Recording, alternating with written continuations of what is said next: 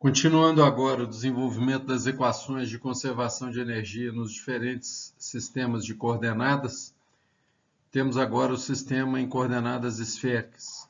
Coordenadas esféricas, nós utilizamos as direções r, θ e φ, essas duas últimas são direções angulares, para designar as posições. A figura aqui da direita ilustra a configuração de um elemento de volume em coordenadas esféricas. Considerando novamente um material isotrópico, temos aqui a versão da equação de Fourier ao longo das três direções ortogonais especificadas em termos de coordenadas esféricas. Aqui ao longo da direção r, ao longo da direção θ e ao longo da direção φ. Observando que a direção r é a direção radial, aproximando ou afastando do centro da esfera. A direção θ, que no caso da figura ela foi definida como sendo a direção, por exemplo, que vai do polo norte até o polo sul, e a direção φ seria a direção angular num plano horizontal medido no plano do Equador, fazendo aí uma analogia com o nosso planeta. Esse slide apresenta as três equações de conservação que representam o princípio de conservação de energia para um elemento de volume infinitesimal em coordenadas retangulares ou cartesianas, em coordenadas cilíndricas e em coordenadas esféricas. A partir de agora, vamos examinar alguns tipos de condições de contorno que normalmente aparecem nos nossos problemas e também as condições ou a condição inicial comum de se tornar necessária quando abordamos problemas transientes. O tipo de condição de contorno mais simples, designado aqui como sendo tipo A, implica em especificarmos a temperatura em uma determinada posição. Normalmente essa especificação é feita em uma superfície. Então, nesse caso, foi especificada a temperatura na coordenada x igual a zero, como sendo equivalente a Ts. Matematicamente, essa condição de contorno é especificada dessa forma. Temperatura na posição x igual a zero em um tempo t qualquer é igual a Ts. Essa situação pode ocorrer em alguns casos onde se consegue fixar essa temperatura, por exemplo, através da ocorrência de uma mudança de fase junto a essa superfície. Uma outra situação onde costuma-se aplicar esta condição de contorno é fazer uma análise de condições extremas de aquecimento ou resfriamento, onde instantaneamente conseguimos fazer a temperatura da superfície entrar em equilíbrio térmico com a temperatura do fluido que está fazendo o aquecimento ou o resfriamento da superfície. Nesse caso, fica mais cômodo, ao invés de arbitrar um coeficiente de transferência de calor extremamente alto, especificar um valor de temperatura na superfície como sendo igual àquela temperatura do fluido que esteja em contato com essa superfície. Tipo B de condição de contorno especifica um fluxo de calor constante na superfície. Graficamente, isso é representado através dessa figura. Em termos matemáticos, essa condição de contorno é estabelecida através de um balanço de energia para a superfície. Lembrando que superfície, por ser uma entidade em duas dimensões, ela não pode ter nem geração nem acúmulo de energia. Então, nesse caso, podemos sempre dizer, independente de ser estado estacionário ou transiente, que o fluxo de calor que chega até uma superfície é igual ao fluxo de calor que vai sair dessa superfície. Então, matematicamente, nós temos o fluxo de calor que está sendo especificado, que é índice S, igual ao fluxo de calor que está sendo transferido através do interior do corpo. Neste caso, expresso através da equação de Fourier. Como o fluxo de calor foi imposto na posição x igual a zero, o gradiente de temperatura dt dx também vai ser avaliado nessa posição x igual a zero, o mesmo ocorrendo com o valor da condutividade térmica. A versão particular do caso anterior é aquele em que o fluxo de calor especificado é igual a zero. Essa situação pode acontecer em superfícies que estejam isoladas perfeitamente ou então em planos de simetria. Lembrando que plano de simetria não pode haver fluxo de calor perpendicular a ele. Então, nesse caso, quando se identifica um plano de simetria em uma determinada geometria, a condição de contorno aplicada é essa que especifica que o fluxo de calor perpendicular a essa superfície vai ser igual a zero. Terceiro tipo de condição de contorno é um tipo mais geral, denominei aqui de tipo C, especifica uma condição de convecção na superfície. Nesse caso, novamente aplicando um balanço de energia para posição superficial, x igual a zero, nós podemos afirmar que o fluxo de calor que está chegando até a superfície é igual ao fluxo de calor que vai sair dessa superfície para o interior do corpo. Nota-se que nesse caso, como a coordenada x foi orientada da esquerda para a direita, por coerência com a orientação dos eixos, a equação de conservação, a equação de balanço de energia para a superfície deve ser expressa dessa maneira. Ou seja, na diferença de temperatura que aparece na parcela de convecção, colocamos primeiro a temperatura do fluido e depois a temperatura na superfície do sólido na posição x igual a zero. Isso de modo algum quer dizer que necessariamente o fluxo de calor vai estar ocorrendo da esquerda para a direita. Essa forma de equacionar é simplesmente para manter a coerência com a orientação do eixo. Constatamos que se T infinito for maior que a temperatura na posição x igual a zero, o fluxo de calor vai ser positivo e vai estar ocorrendo ao longo da direção x no sentido positivo de x. Neste caso, como é o que está ilustrado aqui na figura, o gradiente de temperatura no interior do corpo vai ser negativo, x vai aumentando, vai fazer com que a temperatura caia, e aí neste caso dt dx vai ser negativo, multiplicado por menos k, vai fornecer um valor positivo igual ao valor associado à parcela de convecção.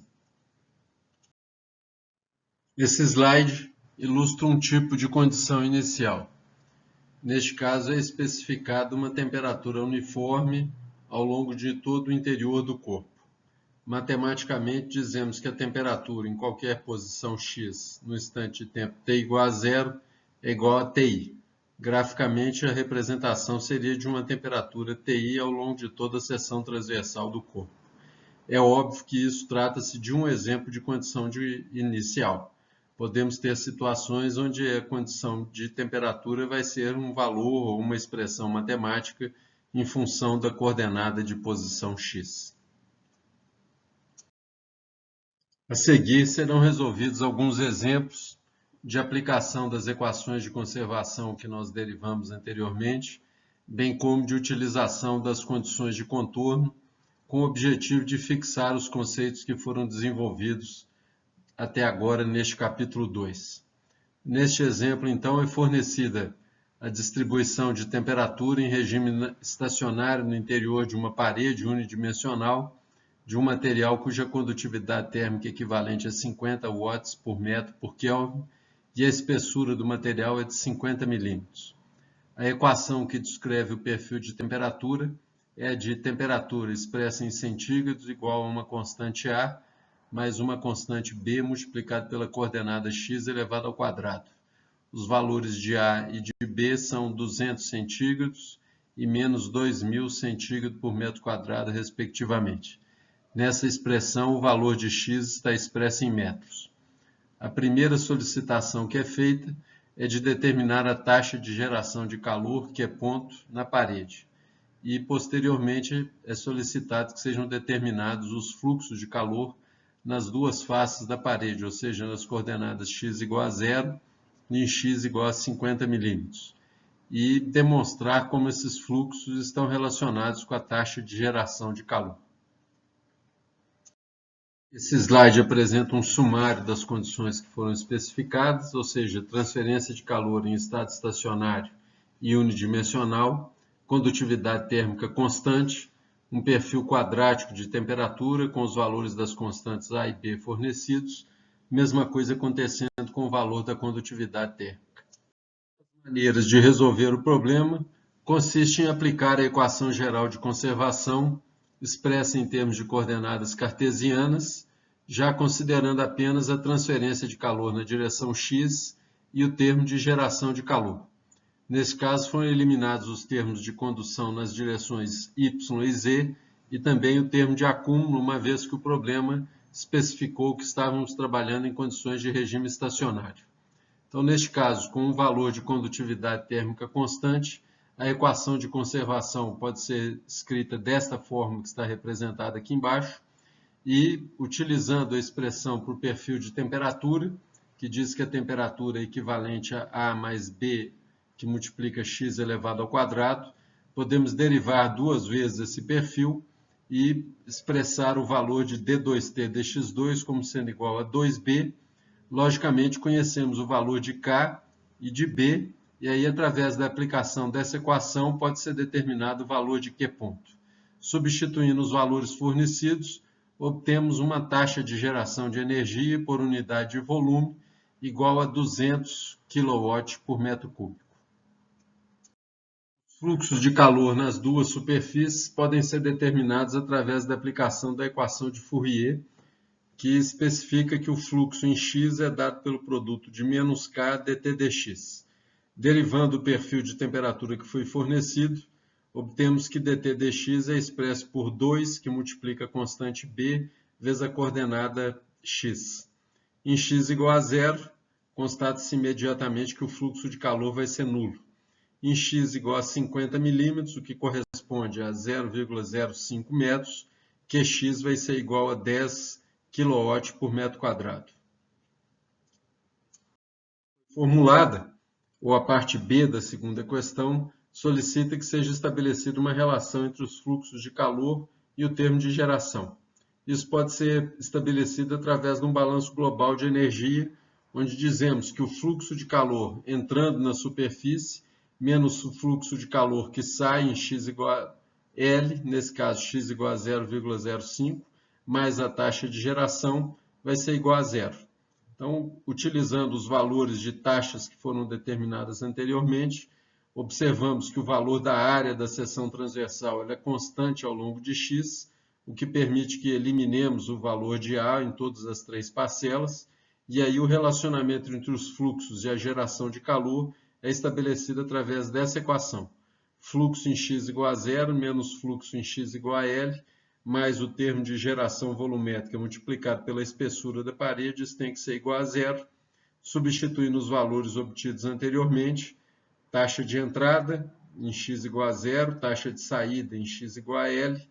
Isso aqui é a taxa de geração por unidade de volume multiplicado por L, e a gente constata imediatamente que essa equação é uma identidade, ou seja, o lado esquerdo e o lado direito vão se igualar a zero, significando que estamos satisfazendo a equação geral de conservação de energia.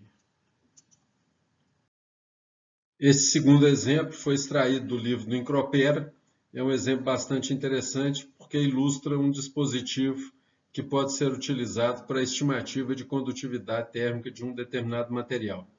Nesse caso aqui foi utilizado um cilindro com um plano de simetria, que no centro do cilindro foi instalado um aquecedor que vai dissipar energia por efeito Joule, e essa energia vai ser distribuída entre essas duas metades do cilindro de forma igual, porque essas duas dimensões são semelhantes, é o mesmo material, e nas duas extremidades desse cilindro são colocadas placas para fazer o seu resfriamento e manter a temperatura na interface com essa placa igual a T0.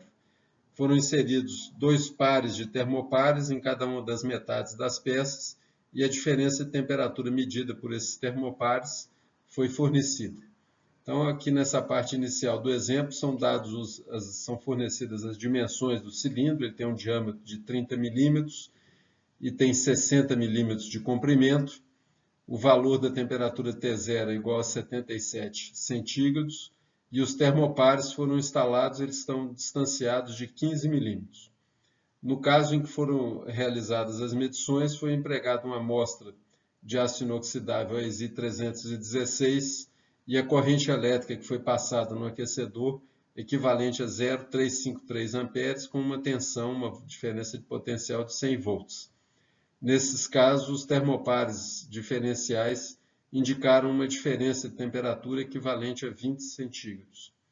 Com essas informações, nos é solicitado avaliar a condutividade térmica do aço inoxidável, determinar também a temperatura média dessas amostras e comparar o resultado que vamos obter com o que aparece tabelado na tabela A1 do final do livro do Encropera. uma listagem das condições que foram especificadas no problema. Novamente, nós temos um caso de transferência de calor em estado estacionário, unidimensional, ao longo da direção axial do cilindro. Como há assimetria, o fluxo de calor vai ser igual nas duas metades da peça, nós podemos considerar apenas uma dessas metades e podemos afirmar nessas condições que a taxa de geração de calor por efeito Joule vai ser igual à taxa de saída de energia através da base do cilindro. Neste caso, não há transferência de calor ao longo da direção radial, porque foi assumido que essa direção está envolvida com um isolante e que não há gradiente de temperatura ao longo de R, ou seja, não há perda de calor através da superfície lateral do cilindro. Nessas considerações, podemos aplicar um balanço global de energia e afirmar que a taxa de geração de energia, aqui no caso especificada através do produto da voltagem vezes a corrente, a divisão aqui por 2 é porque estamos assumindo que essa geração foi dividida igualmente entre as duas metades da peça, e isso vai ser igual à taxa de transferência de calor através do cilindro ao longo da direção axial. A área que aparece aqui é a área da seção transversal da barra cilíndrica, que é dada pelo produto de π vezes o diâmetro da barra ao quadrado dividido por 4. Isolando aqui na equação a condutividade térmica, podemos gerar esta equação que é apresentada aqui na parte inferior do slide, onde a condutividade vai ser expressa pelo produto da voltagem vezes a corrente dividido por 2, e o denominador aqui dessa fração é a área da seção transversal da barra, multiplicada pelo gradiente de temperatura ΔT, ΔX. Sabemos já desde o início que, num caso de transferência de calor unidimensional em estado estacionário e onde não haja geração de calor, o perfil de temperatura no interior da peça vai ser linear, e aí podemos então calcular o ΔT, ΔX simplesmente fazendo a diferença de temperatura registrada pelo termopar dividido pela distância que separa os dois termopares.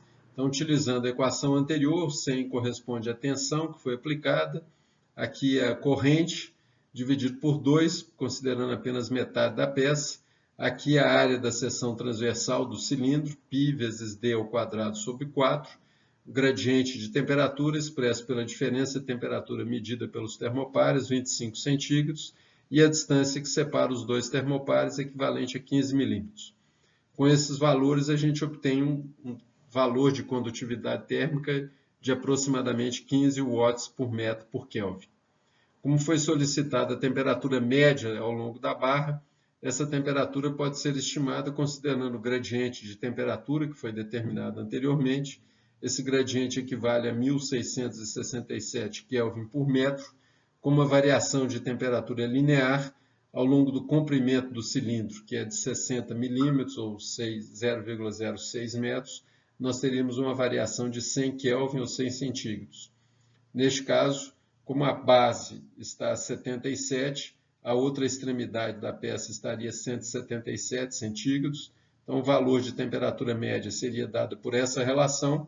Em Kelvin a gente adiciona 273 e a temperatura média então do cilindro da barra de aço inoxidável ISI 316 seria de 400 Kelvin. Com esse valor médio e esse valor de condutividade térmica, podemos ir no apêndice do livro do Incropera, na tabela que foi citada no exemplo, para verificar o valor de condutividade térmica que é fornecido.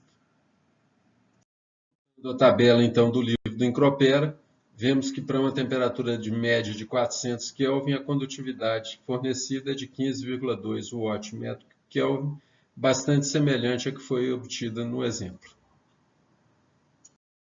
Para encerrar este capítulo, é proposto um exercício para vocês resolverem, e nós discutiremos esse exercício em sala.